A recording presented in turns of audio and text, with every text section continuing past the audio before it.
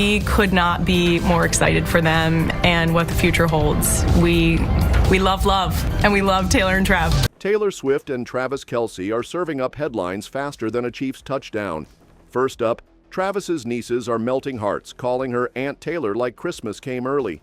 And then came Swift's chaos-inducing announcement of the life of a showgirl, sparking wild fan theories from hidden Gaga tributes to friendship drama. Next, Selena Gomez's wedding plans may hit a snag as Taylor and Travis juggle schedules and Blake Lively drama. And speaking of what-ifs, fans just learned why Taylor never made her way to the Vampire Diaries, but don't expect her own wedding to be a spectacle. Sources say it'll be surprisingly private. Finally, the couple's cozy steakhouse date night sealed the deal. Rom-com energy everywhere. Travis Kelce's nieces just couldn't hold it in about their brand new Aunt Taylor. According to their mom, Kylie, those little girls are over the moon about Uncle Trav making it official with Taylor Swift. Wyatt, Ellie, Bennett, and tiny Finn are apparently buzzing like they just got told Christmas is now celebrated twice a year. Kylie didn't even have to say much, just that the girls are thrilled, which is mom speak, for they won't stop squealing about it. And honestly, can you blame them? The girls are thrilled. They're so excited they're getting another aunt, and we could not be more excited for them and what the future holds. We love and we love Taylor and Trav. The whole Kelce squad is eating this up. Jason and Kylie, along with Mama Donna and Papa Ed, are all in on Taylor. Insiders say she's basically running the favorite in-law race without even breaking a sweat. She's showing up with thoughtful gifts, home-baked goodies, and somehow managing all this while juggling stadium tours and world domination. Like, when does this woman sleep? Even the family admits they don't know how she pulls it off, but they're not complaining. Word is, Taylor has totally flipped Travis's world in the best way. He knew the spotlight would come with the territory, but apparently he didn't even flinch. One insider joked that he had to learn fast how to deal with being part of the Taylor Swift cinematic universe, but he was game from day one because he knew she was the real deal. That's not just touchdown energy, that's long game energy. And boom, she said yes. Simple, sweet, and apparently way more magical than any fireworks show. I would say, I've ever since I've been dating Taylor, life has been fun. It's been exciting. Obviously, a lot more eyes, and I accept that. But it's just, I'm living life, living on a high, I guess. And speaking of fireworks, Swifties just got hit with another explosion. Taylor's brand new album announcement. Because apparently, casually getting engaged isn't enough chaos for one summer. She decides to roll up on the New Heights podcast and drop news about her 12th studio album, The Life of a Showgirl. The cameo lasted literally 13 seconds, but trust Swifties to turn that into a PhD-level research project. Within hours, the internet was doing what it does best, spiraling. This album isn't just a release, it's a full-on event. We're talking sparkly diamond looks, bold orange visuals, and 12 tracks dripping with symbolism. Fans swear the orange theme screams behind-the-scenes chaos of the Eras tour. Insiders say she wanted to capture the wild, electric, slightly unhinged energy of life backstage, and honestly, mission accomplished. Add in Max Martin and Shellback back in the mix, plus Sabrina Carpenter sliding in for the title track, and you've basically got Reputation's cool, mysterious cousin who drinks espresso martinis at 2 a.m.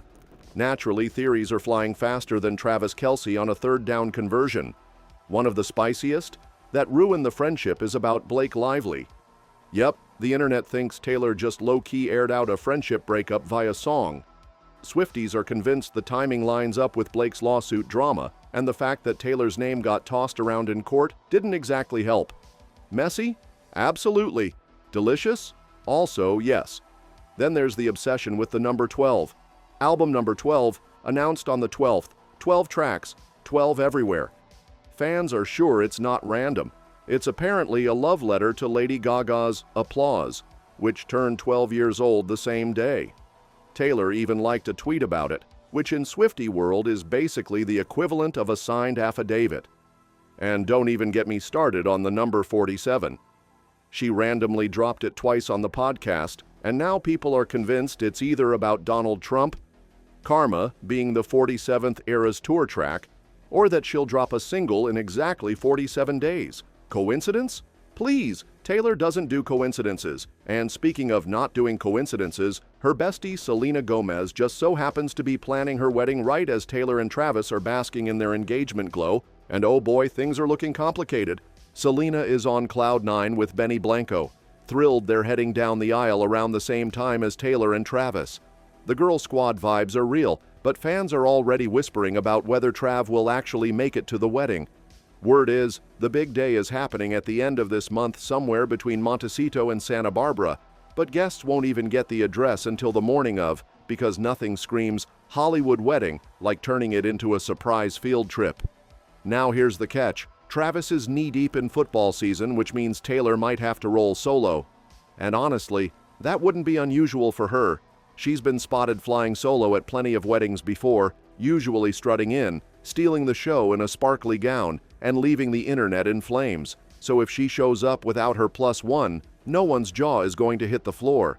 But what's really stirring the pot? The Blake Lively situation. Taylor and Blake, once basically inseparable, are now reportedly giving each other the cold shoulder after Blake's legal drama with Justin Baldoni. Sources are saying Blake doesn't even mention Taylor anymore, which is wild considering these two used to dissect every detail of stuff like weddings.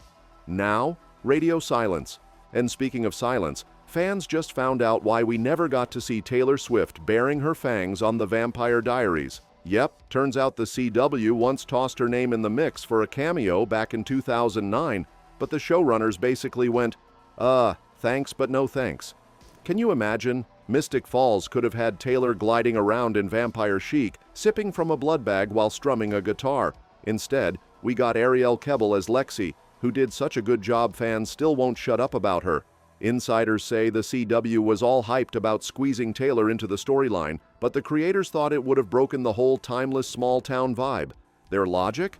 If Taylor showed up, it would feel like Mystic Falls High was hosting a surprise Fearless tour stop, and honestly, they're not wrong. Like, 1 minute Damon is brooding in a leather jacket, next minute Taylor's singing Love Story at the grill.